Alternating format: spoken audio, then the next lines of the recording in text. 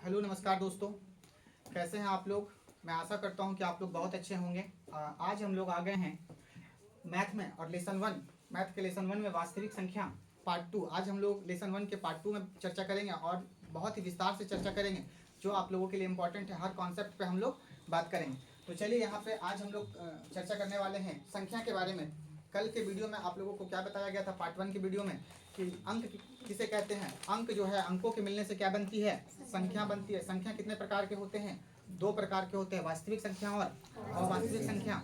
फिर अवास्तविक संख्या को नहीं पढ़ते हैं, फिर किसको पढ़ लेते हैं बताइए, वास्तविक संख्या को। फिर वास्तविक संख्या को कितने भागों में बांटा गया था, दो भागों में, परिमेय और परिमेय हम उसे कहते हैं जिसको रूट में नहीं लिख सकते हैं। जिसको जो रूट में नहीं होता है वो क्या होता है, परिमेय। और जो रूट के अंदर होता है और रूट से कभी बाहर नहीं आता है उसको क्या कहते हैं, अपरिमेय संख्या। फिर अपरिमेय को वहीं रख दिए थे और फिर किसको लेकर के आगे बढ़े थे बताइए, परिमेय को लेकर के आगे बढ़े थे और बताए थे कि परिमेय से ही बहुत सारी संख्या निकली है, जैसे प्राकृत संख्या, पूर्ण संख्या, सम संख्या, विषम संख्या, भाज्य संख्या, अभाज्य संख्या, सह अभाज्य संख्या, पूर्णांक संख्या, धनात्मक संख्या, ऋणात्मक संख्या, एक्सेट्रा एक्सेट्रा। चलिए आगे हम लोग इस पर बात करते हैं, ठीक है। तो यहाँ पर हम लोग क्या चर्चा करेंगे अभी बताइए। सबसे पहले प्राकृत संख्या, और प्राकृत संख्या को हम लोग क्या कहते हैं, नेचुरल नंबर। अब जैसे कि मैं आपको लिखवा रहा हूँ प्राकृत संख्या का कुछ डिफिनेशन। अब आप लोगों को डिफिनेशन रटना नहीं है, बस उसको समझ लेना है और उस प्राकृत संख्या होता क्या है बस उसको याद रख लेना है। सभी बच्चे ध्यान से सुनिए, प्राकृत संख्या क्या है याद रखिएगा। गिनती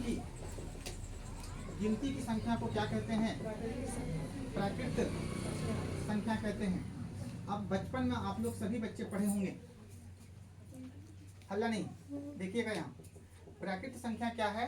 बचपन में सभी बच्चे पढ़े होंगे गिनती, काउंटिंग। एक से शुरू करते हैं, कहाँ से शुरू करते हैं और कहाँ तक पढ़ते हैं आप लोग, 100 तक। कहाँ तक पढ़ते हैं, तो क्या गिनती 1 से लेकर 100 तक ही है, क्या 1 से लेकर 100 तक ही है, नहीं।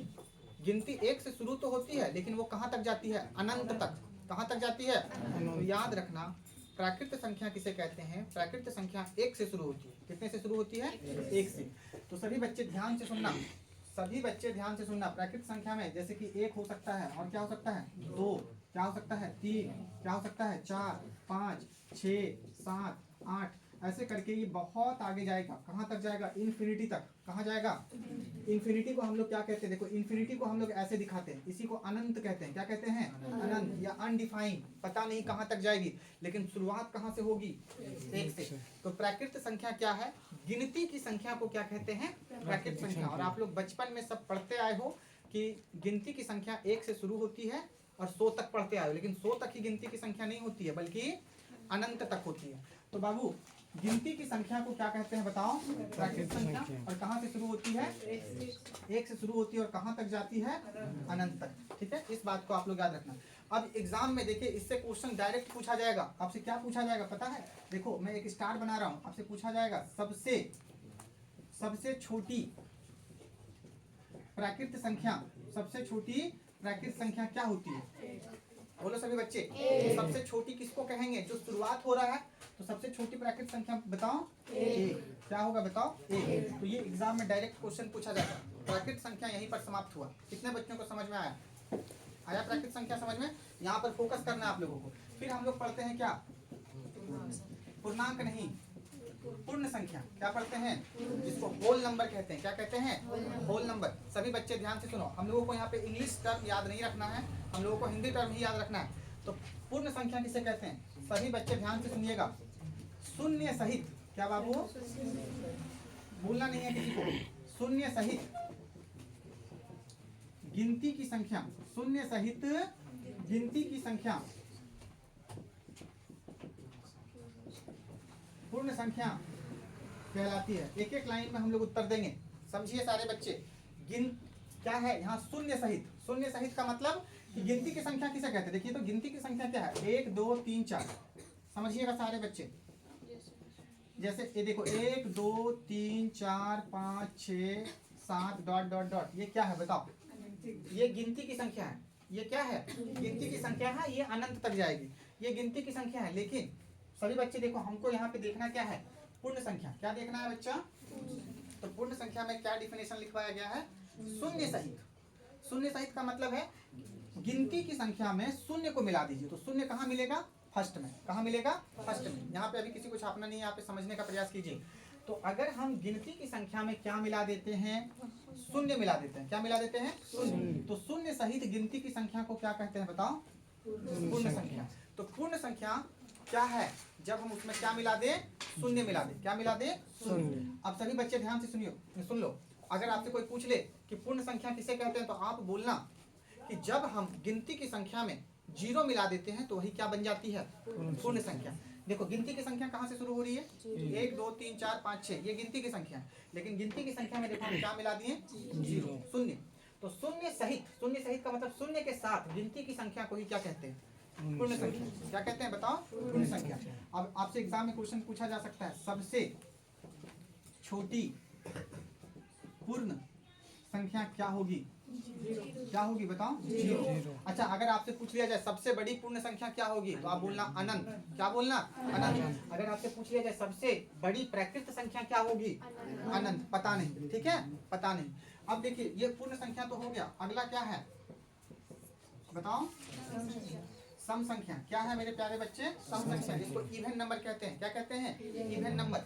तो आपको याद रहना चाहिए सम संख्या किसे कहते हैं? वैसी प्राकृत संख्या जो 2 से पूरी पूरी कट जाए या 2 से पूरी पूरी विभाज्य हो जाए, उसे ही क्या कहते हैं? उसे ही क्या कहते हैं? सम संख्या। या फिर ध्यान सुनो, वैसी, तुम यहाँ लिख सकते हो वैसी प्राकृत संख्या या वैसी संख्या। वैसी संख्या जो 2 से विभाज्य, हाँ 2 से विभाज्य हो जाए। 2 से क्या हो जाए?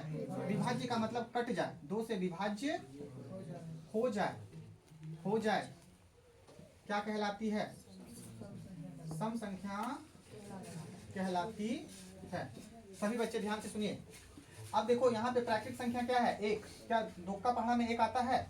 2 से कटना चाहिए, 2 से विभाज्य होना चाहिए। सभी बच्चे ध्यान से देखिए, 2 से क्या होना चाहिए? विभाज्य होना चाहिए। तो क्या 2 से 1 कट रहा है? कटने का मतलब 1 से 2 को भागा लगाएंगे तो क्या 1 कट जाएगा? नहीं। तो 1 क्या सम संख्या है? नहीं। अब 2 देख लो, 2 से ये 2 क्या हो जा रहा है? कट जा रहा है। तो 2 कैसी संख्या? 2 के बाद 3 नहीं कटेगा 2 से, लेकिन 4 कट जाएगा। दुक्का पहाड़ा में 4 आ जाएगा। 2 के टेबल में क्या आ जाएगा बताओ? 4 आ जाएगा। तो हम इस 4 को क्या बोलेंगे? सम संख्या। 5 नहीं आएगा 2 के टेबल में, तो 5 सम संख्या नहीं है। 6 2 के पहाड़ा में क्या आ जाएगा बताओ? 6 आ जाएगा। क्या आ जाएगा? 6। 8 आ जाएगा, 10 आ जाएगा, 12 आ जाएगा, 14 आ जाएगा, 16 आ जाएगा। याद रखना 50 आ जाएगा, 100 आ जाएगा, 202 आ जाएगा, 256 आ जाएगा। तो इस तरह से देखो ये सभी चीजें क्या हैं? सम संख्या।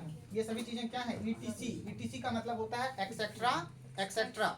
इसका मतलब होता है इत्यादि, है ना, और भी बहुत सारा। ठीक है। तो सम संख्या किसे कहते हैं? वैसी संख्या जो 2 से क्या हो जाए? विभाज्य हो जाए। तो 2 से कौन कौन विभाज्य होगा? 2 4 6 8 और 10। या सभी बच्चे ध्यान से सुनो, अगर तुम्हारे पास कोई संख्या आ जाए और तुमको पहचानने के लिए बोला जाए कि बताइए क्या ये 2 से कट रहा है कि नहीं कट रहा है, तो याद रखना जिस संख्या के अंत में, जिस संख्या के लास्ट डिजिट 2 रहे, 4 रहे, 6 रहे, 8 रहे और क्या रहे? 0 0। क्या रहे? 0। वो सब 2 से कटेगा। देख लो लास्ट में क्या है? 0। 2 से कट रहा है। लास्ट में क्या है? देखो कोई भी संख्या के अंत में 2 रहे, 4 रहे, 6 रहे, 8 रहे या 0 रहे, उसको क्या मान लिया जाएगा बताओ? सम संख्या। क्या मान लिया जाएगा? तो याद रखना सम संख्या पहचानने के 2 रूल। एक जो 2 से कट जाए वो, और एक वो जो जिसके अंत में क्या आ जाए? 2 4 6 8 0। जैसे कि मैं एक संख्या लिख रहा हूं, क्या ये सम संख्या है? नहीं। सम संख्या नहीं है। क्यों नहीं है? क्योंकि यहाँ देखो लास्ट में क्या आ गया? 1। देखो दुक्का पढ़ा में 1 आता है? नहीं आता है। तो अगर मैं 1 यहाँ से मिटा दूं तो ये बताओ कैसी संख्या है? सम संख्या। क्यों ये सम संख्या है? अब क्या तुम इसको 2 से कटा के देखोगे? नहीं। तुम क्या देखोगे? लास्ट वाला अंक। लास्ट में क्या है? 8। देखो कहीं है 8? हाँ। 2 4 6 8 और 0 में से कुछ भी ये आ जाए तो उसको क्या मान लिया जाएगा? सम संख्या। क्या मान लिया जाएगा? तो सम संख्या पहचानने का नियम पता चल गया तुमको। सम संख्या क्या होता है? जिसके अंक में 2 4 6 8 और 0 आ जाए उसे क्या कहते हैं? सम संख्या। चलिए अब इसमें क्वेश्चन कैसे पूछा जाएगा? सबसे छोटी सम संख्या, सबसे छोटी सम संख्या क्या होगी? बोलो, सबसे छोटी सम संख्या 2। अच्छा, आपसे क्वेश्चन पूछा जा सकता है, सम संख्या की शुरुआत कहाँ से होती है? शुरुआत कहाँ से हो रही है? 2 से। और कहाँ तक जा रही है? अनंत तक। कहाँ तक जा रही है? अनंत तक। ठीक है, सबसे छोटी सम संख्या क्या होगी? 2। क्या यहाँ तक सभी बच्चों को समझ में आया? चलिए इसको एक बार देख लीजिए।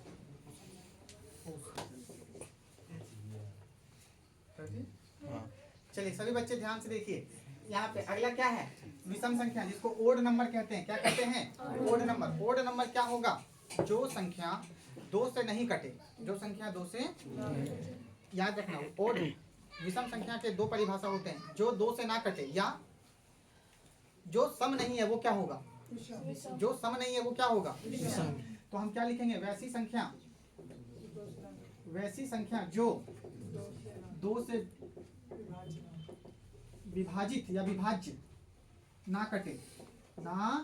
जो विभाजित, या विभाजित का मतलब कटे है ना, विभाजित ना हो, ना कटे है ना। जो 2 से ना कटे या विभाजित ना हो क्या कहलाती है? बताओ। विषम संख्या कहलाती है। विषम संख्या कहलाती है। जैसे हल्ला नहीं बाबू, एक कैसी संख्या? विषम संख्या। एक के बाद देखो 2 से कट जा रही है, 2 विषम संख्या नहीं है। 3, 5, 6 नहीं होगा, क्योंकि 6 क्या है? सम है। 6 क्या है? सम। तो 7, 9, 11, 13, बोलो, हाँ 15, 17 तुम लिख सकते हो। तुम लोगों को समझ में आया होगा। 49, बोलो, हाँ 27, etc एक्सेट्रा है ना। तो याद रखना, वैसी संख्या जो 2 से विभाजित ना हो उसे क्या कहते हैं? विषम संख्या। तो विषम संख्या पहचानने के क्या नियम है? जिस संख्या के अंत में क्या आ जाए? क्या आ जाए? क्या आ जाए? क्या आ जाए? क्या आ जाए? तो अगर ये 5 चीज जिसके अंत में आ गया उसको क्या मान लिया जाएगा? देखो अब 11 को देखो, लास्ट में क्या आया है? देखो 1 है ना, क्या आया है? देखो 3 है ना, देखो क्या आया है?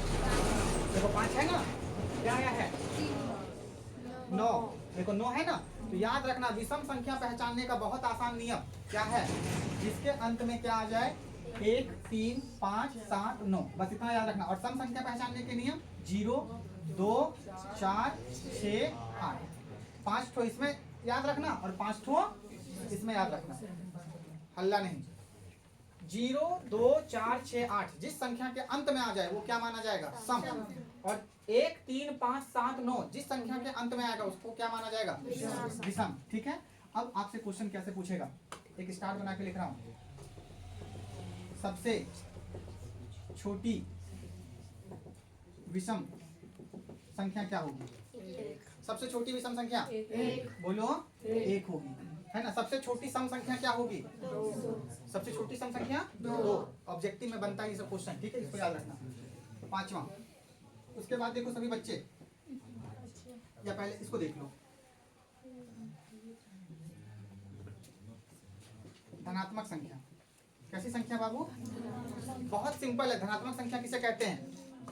जो संख्या प्लस में लिखी जाती है, जो संख्या प्लस में लिखी जाती है वह धनात्मक संख्या। हल्ला नहीं बाबू, सुनो। संख्या को या तो तुम प्लस में लिख सकते हो या तो तुम माइनस में लिख सकते हो, है ना। संख्या का प्रकृति होता है, तुम या तो प्लस में लिख सकते हो या तो जो संख्या क्या चीज में लिखा जाए? प्लस में लिखी जाती है वो क्या कहलाती है? जैसे +1, जैसे +2, जैसे +3, जैसे +4, सब आ जाएगा इसमें, केवल प्लस होना चाहिए। जैसे +5, जैसे +6 ... etc। क्या लिख दोगे? etc। तो धनात्मक संख्या जिसमें क्या जुड़ा रहे? प्लस। क्या जुड़ा रहे? प्लस। इसमें प्लस याद रखना। एक होता है क्या? ऋणात्मक संख्या। क्या होता है बाबू? ऋणात्मक संख्या। ऋणात्मक संख्या क्या हो जाएगा? जैसे कि मान लो यहाँ पर बटा में भी रहे, हल्ला नहीं, यहाँ पे रहे +4/3, तो ये क्या है बताओ? धनात्मक संख्या। अगर यहाँ रहे प्लस 0.05 तो ये भी क्या है बताओ, एक धनात्मक संख्या। ऋणात्मक संख्या किसे कहेंगे?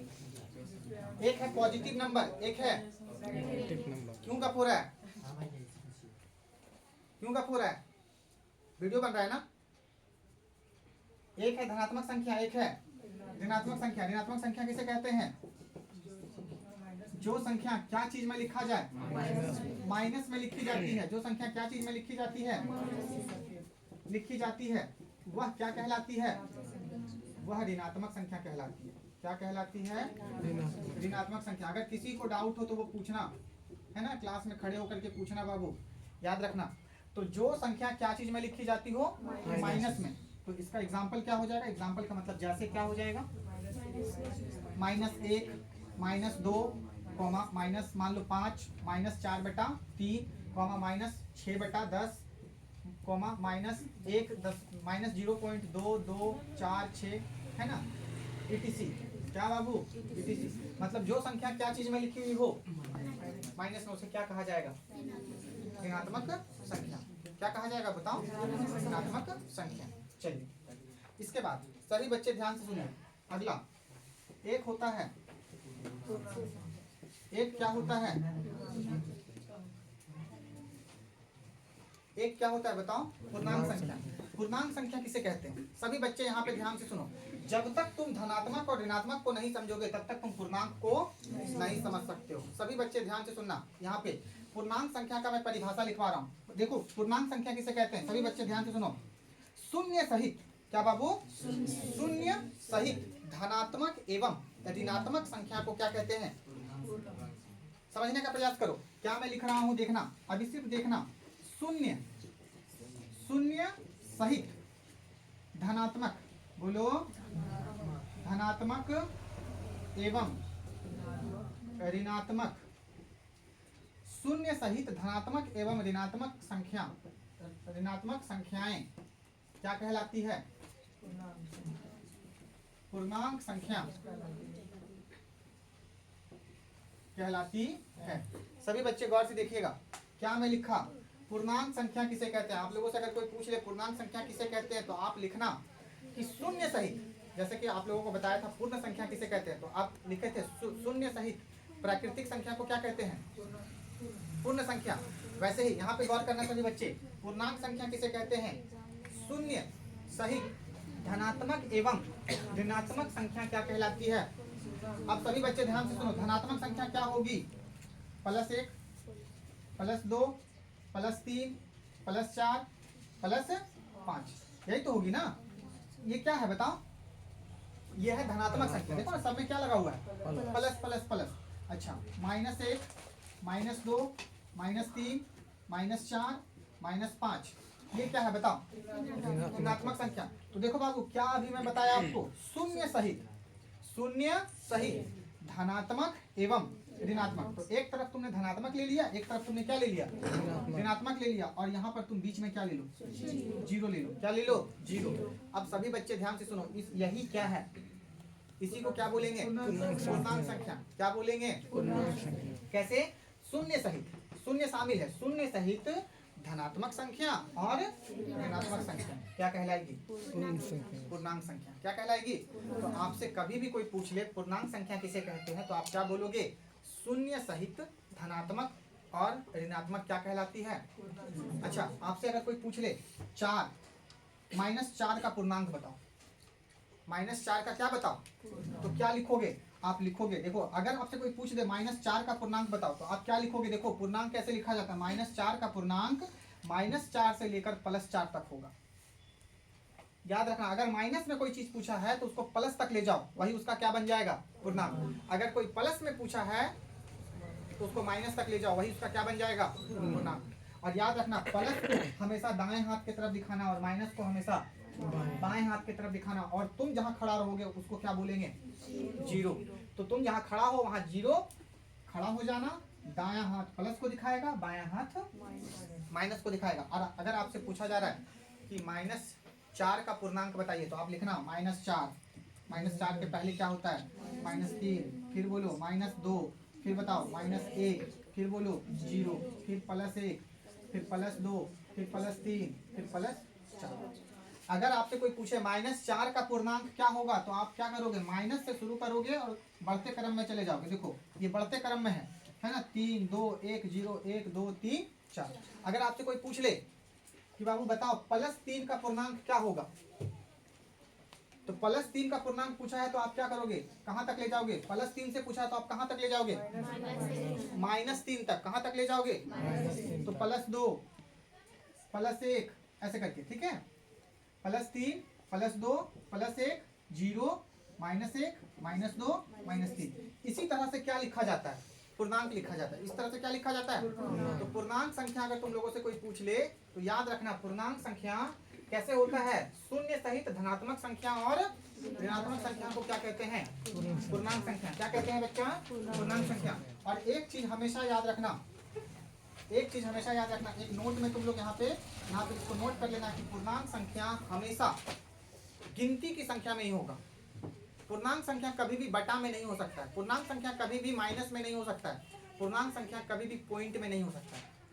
पूर्णांक संख्या पूरी तरह से एक संख्या होगी। पूरी तरह से क्या होगी बच्चा, एक संख्या। देख लो यहाँ पे कहीं पे भी मैं बटा नहीं लिखा हूँ, कहीं पे भी पॉइंट नहीं लिखा हूँ। तो पूर्णांक संख्या में तुम क्या नोट लिखोगे, पूर्णांक संख्या के लिए तुम क्या नोट लिखोगे बताओ। ये जो संख्या है यह भिन्न में नहीं होता है, यह भिन्न में, भिन्न का मतलब क्या, भिन्न में नहीं होता है। इसका मतलब क्या कि इसको हम p/q के रूप में, पूर्णांक को कभी भी p/q के रूप में नहीं, मतलब तुम इस तरह से नहीं लिख सकते 2/5 4/6 2/10। ये भिन्न है। ये क्या है बाबू, भिन्न का मतलब देखो यहाँ बटा है, यहाँ क्या है बताओ, बटा है। और कभी भी तुम इसको बटा में नहीं लिख सकते हो, यानी कि यह भिन्न में नहीं होता है। याद रखना यह भिन्न में नहीं होता है। और क्या याद रखना, यह दशमलव, क्या बाबू, दशमलव में नहीं होता, दशमलव में भी ये नहीं होगा, या दशमलव में भी नहीं होगा। तुम ऐसे नहीं लिख सकते हो 0.4 2.4 0.56, ऐसे ये नहीं होगा। हल्ला नहीं, समझने का प्रयास करो, देखने का प्रयास करो मैं क्या कहना चाह रहा हूँ। पूर्णांक संख्या शून्य सहित धनात्मक एवं ऋणात्मक संख्या क्या कहलाती है, पूर्णांक संख्या। फिर मैंने आपको क्या बताया कि शून्य शामिल है, एक तरफ ऋणात्मक दूसरी तरफ धनात्मक, एक तरफ बीच में शून्य, एक तरफ ऋणात्मक एक तरफ धनात्मक, एक तरफ बीच में शून्य एक तरफ ऋणात्मक और दूसरी तरफ। लेकिन जो भी ये लिखा हूं मैं, कहीं पे बटा है देखो तो नहीं, कहीं पे पॉइंट है देखो तो नहीं। तो यहाँ पे यही चीज मैं लिखवाया हूँ कि पूर्णांक संख्या, पूर्णांक का मतलब यह भिन्न में नहीं होता है, मतलब बटा में नहीं होगा। अगर जहां भी बटा आ जाए तो उसको समझ लेना कि वो पूर्णांक नहीं है। आगे इस पर कॉन्सेप्ट काम करेगा, इसीलिए मैं बतला रहा हूँ, है ना। यहाँ पे देखो यह दशमलव में नहीं होता, याद रखना ये कभी भी दशमलव में नहीं होता। तो पूर्णांक संख्या कैसा होता है, पूर्णांक संख्या कैसा होता है बताओ, याद रखना हमेशा प्राकृत रूप में होता है, प्राकृत रूप में होता है। प्राकृत का मतलब क्या होता है, गिनती की। देखो 1 2 3 4 5, इधर भी देखो 1 2 3 4 5 6 7 8, ऐसे गिनती के रूप में होता है। पूर्णांक संख्या कैसा होता है, गिनती के रूप में, प्राकृत रूप में होता है। याद रखना पूर्णांक में ये चीजें तुम लोग याद रखना। क्या याद रखोगे बाबू, सभी बच्चे बोलो। पूर्णांक संख्या हमेशा किस रूप में होता है, प्राकृत रूप में। इसको अच्छे से नोट करना। पूर्णांक संख्या जो होता है वो भिन्न में नहीं होता है। पूर्णांक संख्या जो है वो दशमलव में नहीं होता है। पूर्णांक संख्या कहते किसको हैं, शून्य सहित धनात्मक एवं ऋणात्मक संख्या क्या कहलाती है, पूर्णांक संख्या कहलाती है। ठीक है, चलो एक बार अच्छे से देखो। अभाज्य, क्या बाबू, अभाज्य संख्या, है ना, अभाज्य संख्या, प्राइम नंबर। चलिए सभी बच्चे ध्यान से देखिए, अभाज्य संख्या, इससे बहुत सारा क्वेश्चन एग्जाम में पूछा जाता है, तो इस कॉन्सेप्ट को अच्छे से समझिए। अभाज्य संख्या किसे कहते हैं, सभी बच्चे ध्यान से देखिए। अभाज्य संख्या वह संख्या है, गप नहीं, अभाज्य संख्या वह संख्या है जो, सभी बच्चे ध्यान से सुनो, अभाज्य संख्या वह संख्या है जिसका केवल 2 गुणनखंड होगा। कितना गुणनखंड होगा, अगर ये बात समझ में नहीं आ रही है तो फिर से सुनिए। अभाज्य संख्या वह संख्या है जो केवल 1 से कटे और अपने आप से कटे। देखिए अभी मैंने आपको 2 डिफिनेशन बताया। अभाज्य संख्या वह संख्या है जो या जिसका केवल कितना गुणनखंड होगा, 2 गुणनखंड। अब ये गुणनखंड क्या होता है अभी मैं बताऊंगा। तो अभाज्य संख्या में सभी बच्चे ध्यान से सुनो, अभाज्य संख्या का परिभाषा क्या होगा? जिसका या जिस संख्या का केवल दो ही गुणनखंड होता है, दो ही गुणनखंड होता है, वो क्या कहलाता है? या दूसरी बात, जो संख्या एक से या एक से एवं अपने आप से कटे या विभाजित हो, कटे, उसे क्या कहते हैं? अभाज्य संख्या। अच्छे से इसको समझना है, ठीक है? अभाज्य संख्या को अच्छे से समझना है और एक बार समझ जाओगे फिर कभी नहीं भूलोगे। देखो, अभाज्य संख्या से अक्सर एग्जाम में क्वेश्चन बनता है, अभाज्य संख्या क्या है? जिस संख्या का केवल कितना गुणनखंड हो? दो ही गुणनखंड हो। अब ये दो गुणनखंड क्या होता है अभी हम लोग चर्चा करेंगे, हलचल नहीं करो। या देखो, दूसरा डिफिनेशन तुम बोल सकते हो, अगर कोई भी पूछ ले अभाज्य संख्या क्या है, तो तुम या तो पहला वाला आंसर बोल दो और या तो दूसरा वाला। दो परिभाषा लिखवाया हूँ। जो संख्या एक से, कितना से बाबू? एक से या अपने आप से कटे, उसे क्या कहते हैं? अभाज्य संख्या। अब सभी बच्चे इसका एग्जाम्पल देखो बाबू। अभाज्य संख्या वैसी संख्या होती है जो अपने आप से कटे और एक से कटे। तो बाबू संख्या की शुरुआत कहाँ से होती है? एक से। अब देखो, एक किससे कट रहा है? एक से। और ये एक किससे कट रहा है? अपने आप से। लेकिन याद रखना, दोनों में क्या आ गया? एक ही आ गया। दोनों में क्या आ गया बताओ? एक ही। अगर एक का गुणनखंड हम तोड़ेंगे तो एक से कितना बार में लगेगा? तो एक का गुणनखंड कितना होगा? एक। यानी कि इसका कितना गुणनखंड है? एक का कितना गुणनखंड है?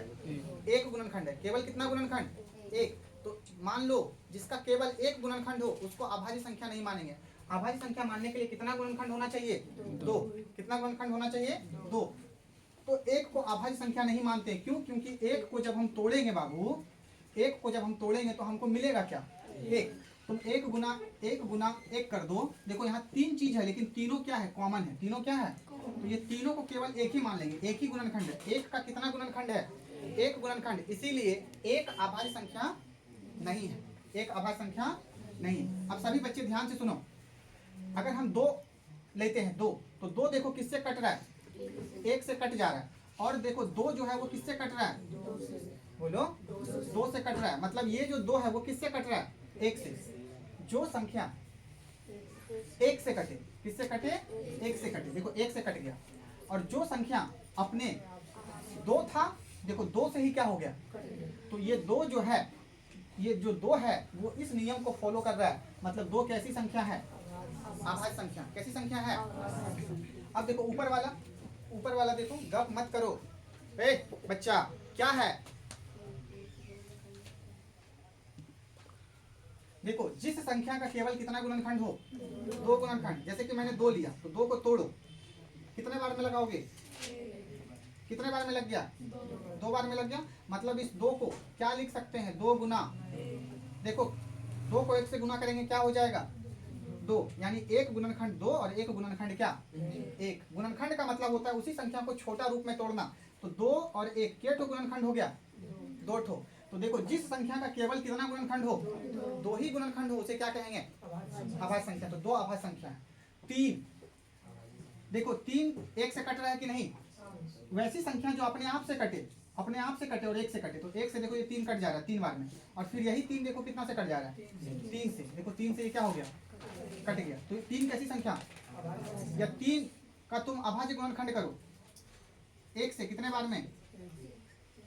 3 बार में। यानी कि तुम तीन को क्या लिख सकते हो? 3 गुना। तो कितने गुणनखंड हो गए? क्या दो से ज्यादा गुणनखंड हुए? नहीं। तो ये दो ही गुणनखंड हुए। तो तीन कैसी संख्या? अच्छा, अब तुम 4 की बात करो। 4 किससे कट रहा है? एक से। ठीक है जी, कट रहा है। 4 फिर किससे कट रहा है? 4 से तो कट रहा है, अपने एक से कट रहा है और अपने। और देखो फिर 4 किससे कट जा रहा है? मतलब अपने आप से ही कटना चाहिए और एक से ही कटना चाहिए। अपने आप से ही कटना चाहिए और एक से ही। लेकिन अपने आप से और एक से के अलावे किसी और संख्या से कटे तो उसको अभाज्य संख्या नहीं माना जाएगा। उसको अभाज्य संख्या नहीं माना जाएगा। जैसे कि देखो सभी बच्चे ध्यान से सुनो, 4 का तुम अभाज्य गुणनखंड करो। 2 से कितने बार में? 2 बार में। फिर 2 से कितने बार में? 1 बार में। इस 4 का क्या क्या आ गया? 2 गुना 1। बेंच मत हिलाओ। बेंच मत हिलाओ। 4 बराबर क्या? 2 गुना 1। एक गुणनखंड, दो गुणनखंड, कितना गुणनखंड आ गया? तीन गुणनखंड। और अभाज्य संख्या में कितना गुणनखंड आना चाहिए? दो गुणनखंड आना चाहिए। देखो जिस संख्या का केवल कितना गुणनखंड हो? दो गुणनखंड हो, उसे क्या माना जाएगा? लेकिन 4 एक ऐसी संख्या है जिसका कितना गुणनखंड आ गया? 3 गुणनखंड नहीं आना चाहिए, 4 गुणनखंड नहीं आना चाहिए। जैसे कि यहाँ पे समझो थोड़ा, 5 में देखो 5 एकम 5, तो 5 गुना 1 कितना गुणनखंड है ये? 2। तो 5 कैसी संख्या? अगर 6 की बात करें तो 2 से कितने बार में? फिर 3 से कितने बार में? यानी कि 6 का क्या क्या आ गया? 2 गुना 3 गुना कितना गुणनखंड हो गया? तो क्या 6 अभाज्य संख्या है? नहीं है। तो अभाज्य संख्या पहचानने का नियम क्या है? वैसी संख्या जिसका केवल 2 गुणनखंड हो उसको क्या बोलेंगे? अभाज्य संख्या। जैसे 3 अभाज्य संख्या है, 5 अभाज्य संख्या, 6 अभाज्य संख्या, 7 अभाज्य संख्या है, 8 9 कैसी संख्या है? अभाज्य संख्या है? बाबू देखो 9 किससे कट रहा है? 9 से। 9 किससे कट रहा है? 1 से। 9 किससे कट रहा है? 3 से। अपने आप से कटना चाहिए, 1 से कटना चाहिए, लेकिन और किसी से नहीं कटना चाहिए। लेकिन ये 3 से भी कट जा रहा है। दो ही चीजों से कटना चाहिए, एक अपने आप से और एक से। लेकिन ये 3 से भी कट जा रहा है, तो ज्यादा बार से कट जा रहा है, तो 9 को अभाज्य गुणनखंड नहीं माना जाएगा। तो 9 को क्या माना जाएगा बताओ? भाज्य संख्या। क्या माना जाएगा? भाज्य संख्या। तो 2 3 5 7 और बताओ 11 13 17 19 12 नहीं कटेगा। हाँ? 12 किससे कट रहा है? 12 से। 12 किससे कट रहा है? 1 से। 12 किससे कट रहा है? 6 से। 12 किससे कट रहा है? 4 से। 12 किससे कट रहा है? 3 से। 12 किससे कट रहा है? 2 से। किससे कट रहा है बताओ? अब 12 अगर इतनी संख्या से कट रहा है तो क्या इसको हम अभाज्य संख्या मानेंगे? केवल कितना से कटना चाहिए? 1 से और 20 अभाज्य संख्या है क्या? अभाज्य संख्या 21 बोलो तुम लोग। 21 देखो किससे कट रहा है? अपने आप से। 21 किससे कट रहा है? 1 से। अगर 21 सिर्फ यही दोनों से कटता तो इसको अभाज्य मान लेते, लेकिन 21 यहाँ 7 से भी कट रहा है, 21 यहाँ 3 से भी कट रहा है, तो इसको अभाज्य संख्या नहीं मानेंगे। इसको क्या मानेंगे? भाज्य संख्या। क्या मानेंगे? तो सभी बच्चे ध्यान से सुनो, तुम लोगों को अभाज्य संख्या समझ में आया होगा। क्या आया कि नहीं? कितने बच्चों को समझ में आ गया? तो तुम लोग 100 तक, कहाँ तक? कौन भाज्य है और कौन अभाज्य है उसको। अच्छा बताओ 47 कैसी संख्या है? भाज्य क्या अभाज्य? अब तुरंत तुमको पहचान करना है, तो कैसे करोगे? तुरंत इसको तोड़ो, इसका गुणनखंड लगाओ। तो ये किसी टेबल से नहीं लगेगा। कितना से लगेगा? 47 से। कितने बार में? देखो 47 बराबर क्या क्या आया? 47 गुना कितना गुणनखंड आया? 2 गुणनखंड। और जिस संख्या का केवल कितना गुणनखंड हो? कैसी संख्या? अभाज्य संख्या। अगर 48 बोल दिया जाए तो इसको तुरंत तोड़ दो। 2 से कितने बार में? 2 से कितने बार में? 2 से कितने बार में? देखो 1 से ज्यादा गुणनखंड हो गया। 1 से मतलब 2 से ज्यादा गुणनखंड हो गया। 2 2 2 12 अभी और ये लगेगा, तो ये अभाज्य संख्या है। अभाज्य संख्या नहीं है। कैसी संख्या है बताओ? भाज्य संख्या है। तो ये चीजें समझ में आप लोगों को आई होगी। ठीक है, अब आपसे क्वेश्चन कैसे पूछा जाएगा? पीटीसी। सबसे छोटी अभाज्य संख्या बताओ। सबसे छोटी अभाज्य संख्या बताइए क्या होगा? 2। सबसे छोटी अभाज्य संख्या क्या होगा? 2। आपसे इसमें क्वेश्चन कैसे पूछा जाएगा पता है? कि 2 अभाज्य संख्या का मोसो क्या होगा? 2 अभाज्य संख्या का मोसो याद रखना क्या होगा? हमेशा याद रखना कितना होगा? 1। अब ये कैसे होता है आगे बताएंगे। 2 अभाज्य संख्या का मोसो क्या होगा? 1 होगा। इस बात को तुम लोग याद रखना। ठीक है, चलिए अगला बात करते हैं भाज्य संख्या पर। इस पर बाबू तो याद रखना जो संख्या अभाज्य नहीं है, अभाज्य नहीं है वह क्या है? वह क्या है? भाज्य। जो संख्या अभाज्य नहीं है वो क्या है? या ऐसे तुम लिख सकते हो, ये पहला डिफिनेशन। इसका दूसरा डिफिनेशन, जो संख्या या जिस संख्या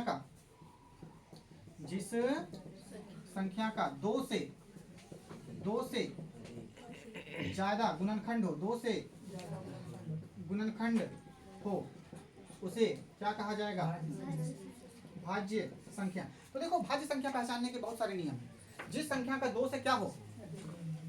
ज्यादा गुणनखंड हो, उसे क्या कहा जाएगा? या तुम क्या कह सकते हो, जो संख्या अपने आप और एक से तो कटे लेकिन और भी दूसरी संख्या से क्या हो, कटे, उसे क्या माना जाएगा, भाज्य संख्या। उसे क्या माना जाएगा, भाज्य संख्या। पहचानने के 3 रूल देखना। जो संख्या अभाज्य नहीं है वो क्या होगा, भाज्य। अच्छा, जिस संख्या का 2 या 2 से ज्यादा गुणनखंड उसे क्या कहते हैं, उसे क्या कहते हैं, बताइए क्या कहते हैं, भाज्य संख्या कहते हैं। उसे क्या कहते हैं, भाज्य संख्या कहते हैं। उसे भाज्य संख्या कहते हैं। जो संख्या अपने आप से और एक से कटे लेकिन और भी संख्या से कटे तो उसे क्या कहते हैं। अब इसका एग्जांपल सभी बच्चे देखिए। बाबू, एक ना तो भाज्य है ना तो अभाज्य है। 2 कैसी संख्या, अभाज्य। 3 कैसी संख्या, 4 कैसी संख्या। देखो ये अभाज्य नहीं है तो ये क्या हो जाएगा, भाज्य। सभी बच्चे ध्यान से सुनो। 4 का गुणनखंड करो, 4 का गुणनखंड करो। अरे 4 का गुणनखंड करो। 2 से कितने बार में, फिर 2 से कितने बार में, कितना गुणनखंड हो गया, 1 2। देखो यहाँ पे जिस संख्या का 2 से क्या हो जाए, ज्यादा गुणनखंड हो जाए उसे क्या कहते हैं, भाज्य संख्या। अब देखो इसका 1 2 3 तो गुणनखंड हो गया। कितना गुणनखंड हो गया, 3 तो उसको क्या मान लेंगे। तो भाज्य संख्या की शुरुआत कहाँ से हो रही है, एग्जाम में क्वेश्चन कई बार पूछा गया, सबसे छोटी भाज्य संख्या क्या होगी। अब तुम लोग वहाँ 0 1 2 3 मत मार देना। सबसे छोटी भाज्य संख्या क्या होगी, 4। 4 के बाद बोलो 6, 6 के बाद बोलो 6 के बाद 8, 8 के बाद 9 भी है। 9 कैसे है, क्योंकि 9 से कट तो रहा है, 1 से कट रहा है, लेकिन ये क्या चीज से कट रहा है, 3 से भी कट रहा है।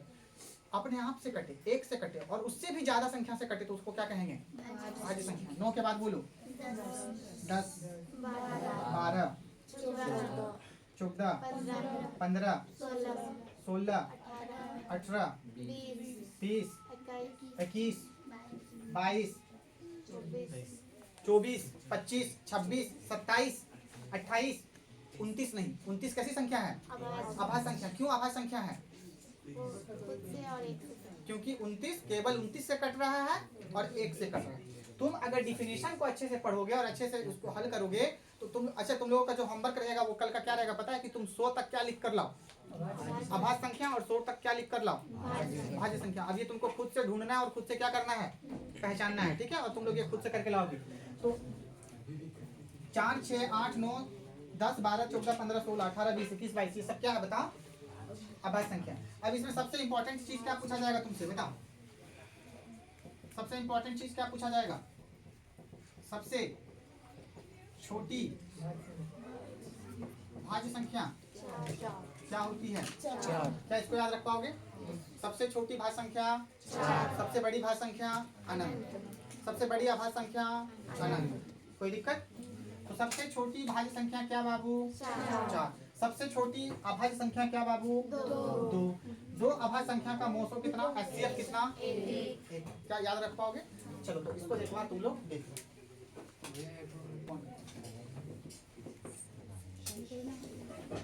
सह अभाज्य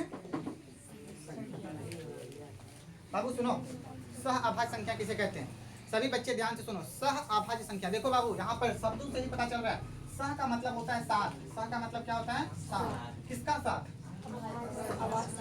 देखो सह अभाज्य का मतलब होता है 2 अभाज्य संख्या लो, क्या लो, 2 अभाज्य संख्या लो, और 2 अभाज्य संख्या लेने के बाद अगर उसका एचसीएफ कितना आ जाए 1, तो वो दोनों संख्या को क्या माना जाएगा, सह अभाज्य संख्या। सभी बच्चे ध्यान से सुनो।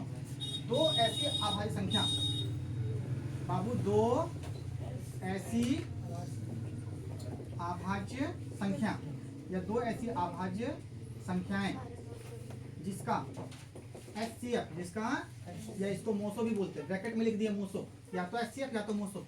2 ऐसी अभाज्य संख्या जिसका एचसीएफ कितना हो, 1 हो, कितना हो, 1, उसे क्या माना जाएगा, उसे क्या माना जाएगा, बोलो पूजा, क्या माना जाएगा। 2 ऐसी अभाज्य संख्या लो जिसका HCF कितना हो जाए 1। सभी बच्चे ध्यान से सुनो, 2 और 3 इसको क्या मान लेंगे? 2 कैसी संख्या? आभाज्य संख्या। और 3 भी कैसी संख्या? अब तुम इसका मोसो निकालो। कैसे मोसो निकालोगे? हाँ, 2 को तुम 3 से भागा दो, कितने बार में? कितना बचा? 1। फिर ये वाला 1 यहाँ उतार दो, कितने बार में? कट गया। समझ में बात आ रही है? तो इसको क्या बोल देंगे? HCF। क्या बोल देंगे? और अभी अगर तुम लोग HCF निकालने नहीं सीख रहे हो, नहीं जानते हो तुम लोग पहले से, तो अभी मैं तुम लोगों को सिखाऊंगा, क्योंकि इस चैप्टर में पूरा HCF हम लोग सीखेंगे, ठीक है?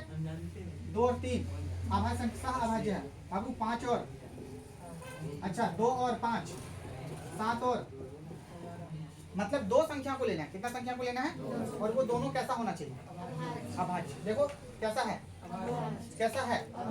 कैसा है? तुम ले लो 47 और तुम ले लो 53। 47 कैसी संख्या? अभाज्य। और 47 कैसी संख्या? अभाज्य। और 53 कैसी संख्या? और तुम दो संख्या को ले लो, इसका तुम जब भी मोसो निकालोगे, अभी पीछे तुम लोगों को लिखवाए हैं कि 2 अभाज्य संख्या का मोसो क्या होगा? 1। कितना होगा? उसको फैक्ट के तौर पे याद रखना, 2 अभाज्य संख्या का मोसो कितना होगा? तो इस प्रकार से 2 3 5 7 2 5 7 11 कोई हल्ला नहीं था, सभी शांत रहो। तो इस तरह से जब भी आ जाए तो इसको क्या बोलते हैं बताओ? सह अभाज्य। क्या बोलते हैं? सह अभाज्य हमेशा किस चीज में रहेगा? पेयर में, जोड़ा में। क्या चीज में रहेगा? अगर तुम लोगों से कोई पूछ दे कि बताइए सह अभाज्य क्या है, तो आप क्या बोलोगे? 2, 3 को हम क्या बोलेंगे? सह अभाज्य। क्या बोलेंगे? 5, 7 को क्या बोलेंगे? 7, 11 को क्या बोलेंगे? 47, 53 को क्या बोलेंगे? ऐसी 2 अभाज्य संख्या जिसको तुम पेयर में ले लो, पेयर में, उसको ब्रैकेट में रख दो, यही क्या है तुम्हारा? सह अभाज्य। क्या है बाबू? सह अभाज्य। क्या है? सभी बच्चे बोलो, सह अभाज्य। तो आज तुम्हारे पार्ट 2 में इतना ही। कल से हम लोग इसके आगे बढ़ेंगे और आगे पढ़ेंगे हम लोग। तो आज तुम लोगों को वीडियो कैसा लगा कमेंट करके जरूर बताना, और वीडियो को लास्ट तक देखने के लिए दिल से शुक्रिया, दिल से धन्यवाद। अगर आप मेरे चैनल पे नए हो तो चैनल को जाकर सब्सक्राइब करो, दोस्तों के साथ शेयर करो, बेल आइकन दबाओ और इसे ज़्यादा से ज़्यादा शेयर करो, ताकि ये और लोगों तक क्या कर हो सके, पहुंच सके, है ना। और इतने प्यार से वीडियो को देखने के लिए दिल से शुक्रिया, धन्यवाद। जय हिंद, जय भारत। देश का कल्याण हो, साथ ही पूरे विश्व का क्या हो? कल्याण हो। प्राणियों में सद्बुद्धि हो, सद्भावना आए। जय हिंद, जय भारत।